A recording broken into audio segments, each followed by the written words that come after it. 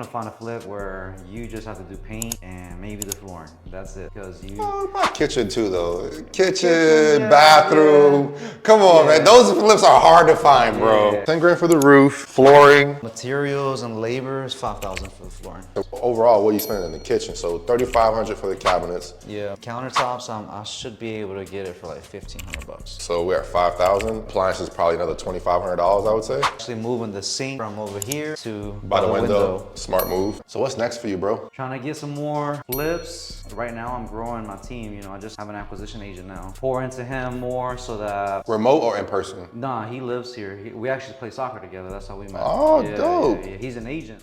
Welcome back to the channel, Real Estate Full Circle. Today's video, I get to tour a property with my friend Kevin, based in Tampa, who's a wholesaler who just now converted into actually flipping these properties. He's been wholesaling. He's done a few before, but he's now taking a full-fledged force to start flipping these properties and also wholesaling. So today's video, we're gonna discuss taking your dreams to actually transferring that to tangible deeds. That's exactly what he's doing, from dreaming to actually doing it and actually getting these deeds. So we're gonna go into this video. It's gonna be my walkthrough with Kevin and actually what he's doing. His name is Kevin Hernandez. He has a good platform. So if you're looking for a wholesaler in the Tampa area, he has a lot of deals. I'm gonna put all his information in the bottom of the notes in this video so you can actually connect with him and you'll be able to see exactly what he does. And in this video, I get to walk with him through one of his projects. And at the end, we'll show you the finished project itself that's on the MLS to actually sell. So in this video, we're just gonna go over it with an investor. So if you're watching this, please go ahead and leave a comment, subscribe, and let us know exactly what you think. You're gonna see our outlooks, our opinions about things, how he got the deal, the rehab, the layout, the cost, all these things we discussed in this video, and it's a pleasure for me to actually tour this with him. He's been a gracious person to actually deal with. And then I'll kind of get into a little bit and tell you how we met after you guys watch this.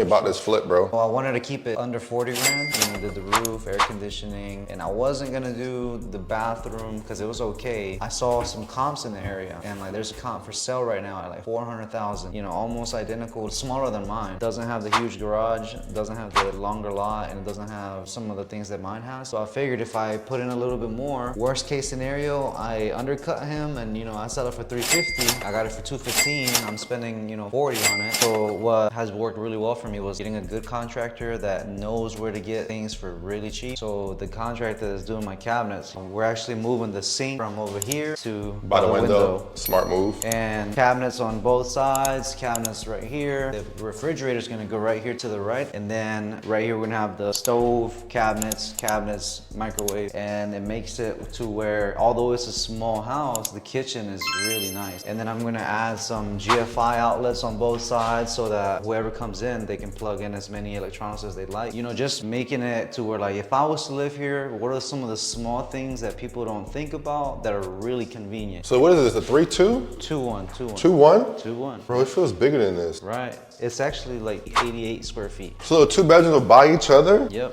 The layout is actually pretty convenient. You know, makes everything flow really well. The hardwood floor, although it was dirty, it was in really good shape.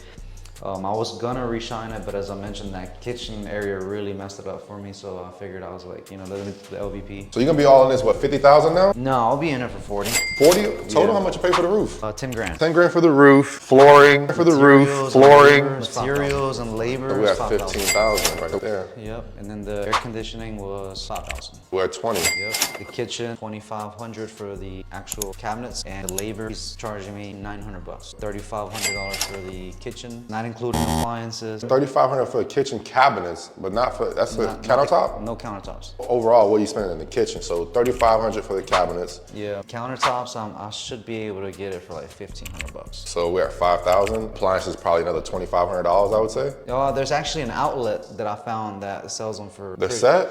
Yeah, it sells like a refrigerator, an oven, microwave. I think I might be able to get for 1,500. What's the rest of the labor for the paint, for the outside, interior, baseboards? The material for the paint was $1,000 bucks, of course, and the labor for the inside and the outside is like $3,000 bucks. bucks. And what I'm doing in the bathroom, doing the hexagonal tile on the floor, black grout, you know, we're gonna tile the shower. It's actually good you actually did do that, bro. Yes. This material right here is like 700 bucks. The kitchen had some ceramic tile, like it was a big square, and it sat over the hardwood floors that were there. It made the house look small because you had the kitchen and then you had the living area. Now it's one smooth continuous transition. pattern. Yeah. If you have a vision and somebody else doesn't see it, it's like the deal falls apart. Correct. The savings really comes down to if you spend like your weekends going to these wholesale outlets, trying to find the right retailer and creating a relationship with the freaking cashier. This floor is usually like $4 a square foot. I got it for like $240 because, you know, I was really nice to the cashier. Yeah, I think people don't want to spend the time on the stuff that's not income producing. You know, it's a little short-sighted,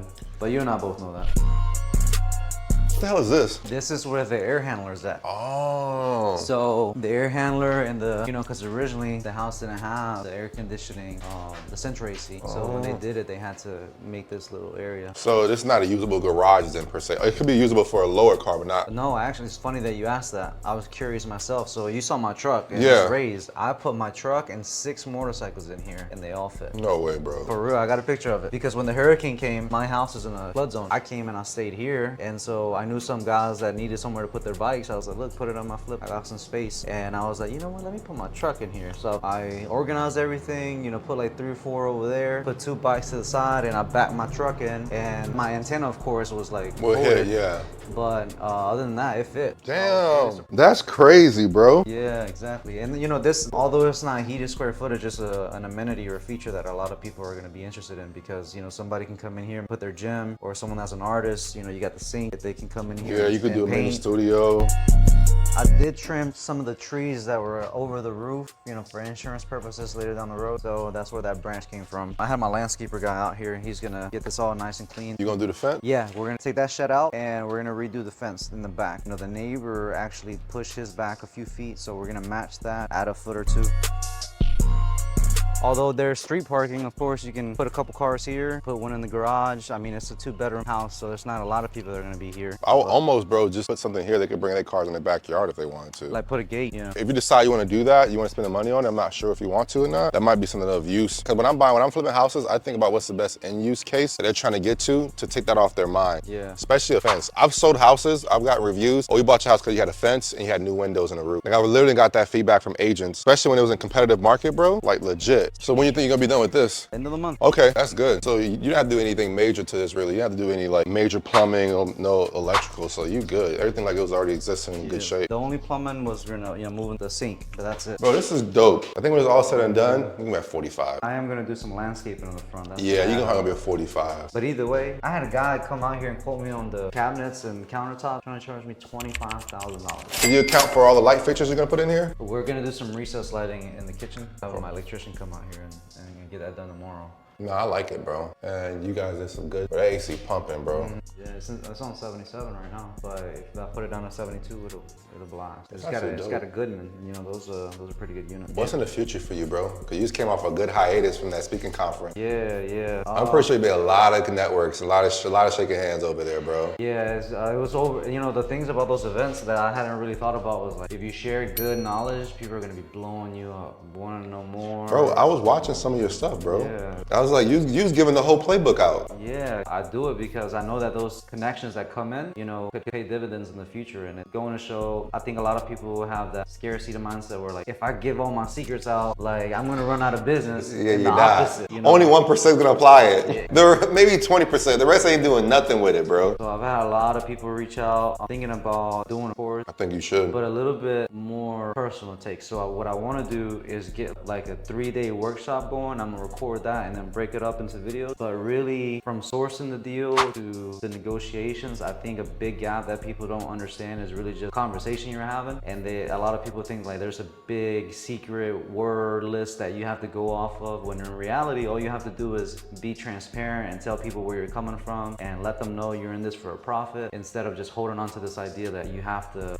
what's the word, like cheat somebody or something like that. I get goosebumps. You've been talking about it, bro. That's the unfortunate reality we face when we're in this business, man. Not everyone wants to do things ethical. Some people just want to beat you down to the, like, there's no other profit. They beat you down where they kill the relationship. They destroy everything. Yeah. And they don't realize that. They're just looking for the short. They're looking for the quick buck. They're not looking for the long term. Yeah, it's very important because I think on this house, I think I talked to them for 5 months, and I tried wholesale, it didn't work out, but I was ready in case I needed That's to take smart. it down. What I tell you? You got to make sure that when you're trying to get deals, you can't just promise somebody you're going to close on it and then that person have all their plans. Like, am I lying? Once you tell them that, bro, that money's already spent. They're relocating. Like, it's so many things that when you crush that person, you can't close, bro. That's a problem. And it really all goes back to being prepared. And I think that's one thing I want to emphasize on the course is like having good contractors, having good lenders, and not just having one or two, but having a list. Yep. And every single one, you've either sat down for lunch, you've spent some time with Yep, them. 100%. Because having that call and letting them know, hey, something fell through, I need you to come help me out. And it's not gonna be like a take because you've already given a little bit of value. You actually added to the relationship. And that's one of the things that actually makes you different. I think you're not scared to reach out to people, bro. No, not at all.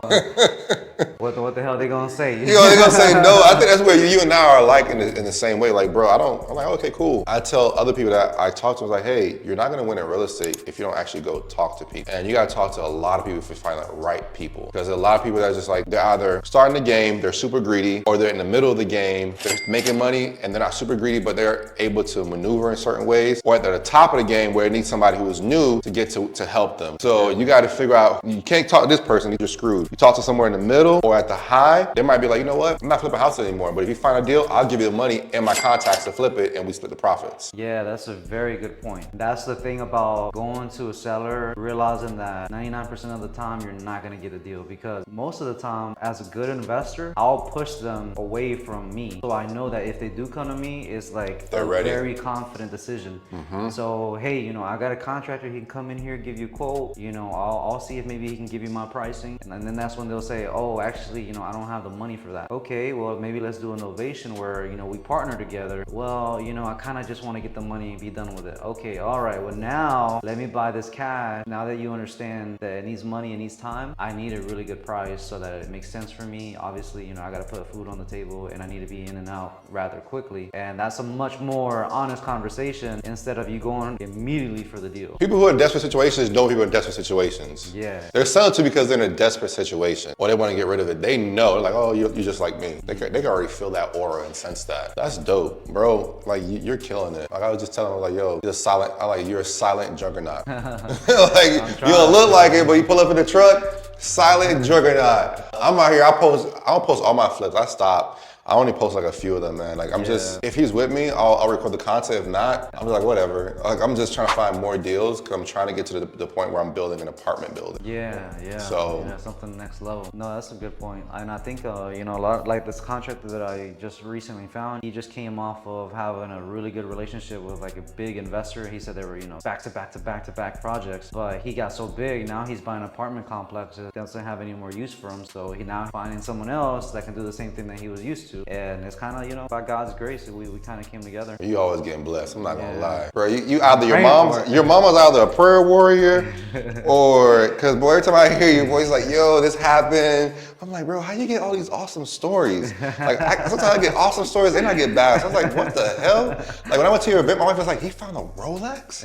I was like, babe, if he told you he found a Rolex, he found it. Yeah. No, that's crazy. But the flip side of the coin is you gave the dude half the money. That was crazy, bro. Yeah. My wife was like, oh, he's a cool dude. He gave him half the money. So he sounded like you. I was like, yeah, when you're greedy, you don't make money. When you're not greedy, you make all the money. Exactly. And you have to let God work through you. And if your greed is shutting you down in this little bubble, God eventually is gonna stop working through you, because now he sees that he can't get all these different people. Because of you. Exactly. Yeah. You're the roadblock, not realizing that. That's dope. That's crazy that you and I can tie in our faith in our investment stuff. Like, the only person that's doing that is, they just started doing it now, is Ryan Pineda. Okay, yeah. He's the only one he just started doing that. Yeah. Everybody else, they don't really talk about their faith in their business. I tell people all the time, but when I don't feel something, I just don't feel it. Yeah, exactly. I'm like, nah, I don't feel this. Like, it ain't for me. Like, I gotta pass on it. And I think that people underestimate their intuition. If God, that's God trying to tell you something. If you don't feel right about a deal, don't do it. If you don't feel right about a person, don't do it. Cut them off, whatever the case might be. But your intuition conviction is really, really, really good for you. And if the more you lean into believing that without reason, the more like the world opens up to you, in my opinion anyway. No, I think so, because you're using your faith. If you can see the destination, you're not gonna go. Yeah, exactly. Well, you can't see it, you gotta use faith. Oh, blind faith. I'm just going. Like, I trust what you said. I don't see it, but I'm gonna go. Exactly, man. But that's dope, bro.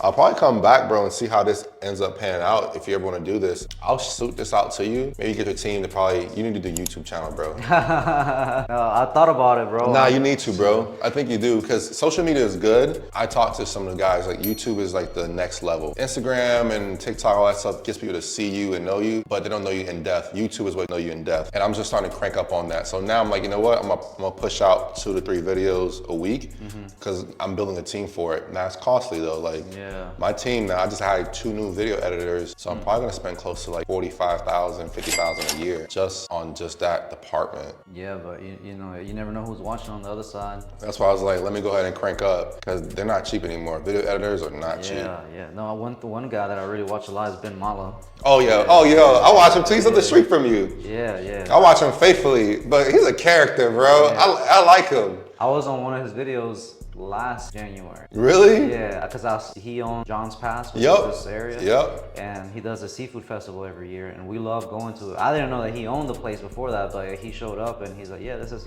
my property. Wow, that's crazy. And so, I mean, even before that, I had been watching him, but I can't imagine how many connections and opportunities he gets just from having his channel, Bro, he talks about it all the time. So what's next for you, bro? Trying to get some more flips. Right now, I'm growing my team. I just have an acquisition agent now. Pour into him more so that... Remote or in person? Nah, he lives here. We actually play soccer together. That's how we met. Oh, dope. Yeah. He's an agent. So he was actually at the event that you went to. Really? Yeah, he was there. I made some good connections there, bro. I've been trying to do a deal with Lewis, but some of his deals, they come through, I can't do it. Yeah. They come through like last minute. I was like, nah, bro, I need stuff that's gonna be like right price first time. Exactly. But he finds deals though, bro. He does. He has them and he closed them. I'm like, but bro, just try to get them a better price.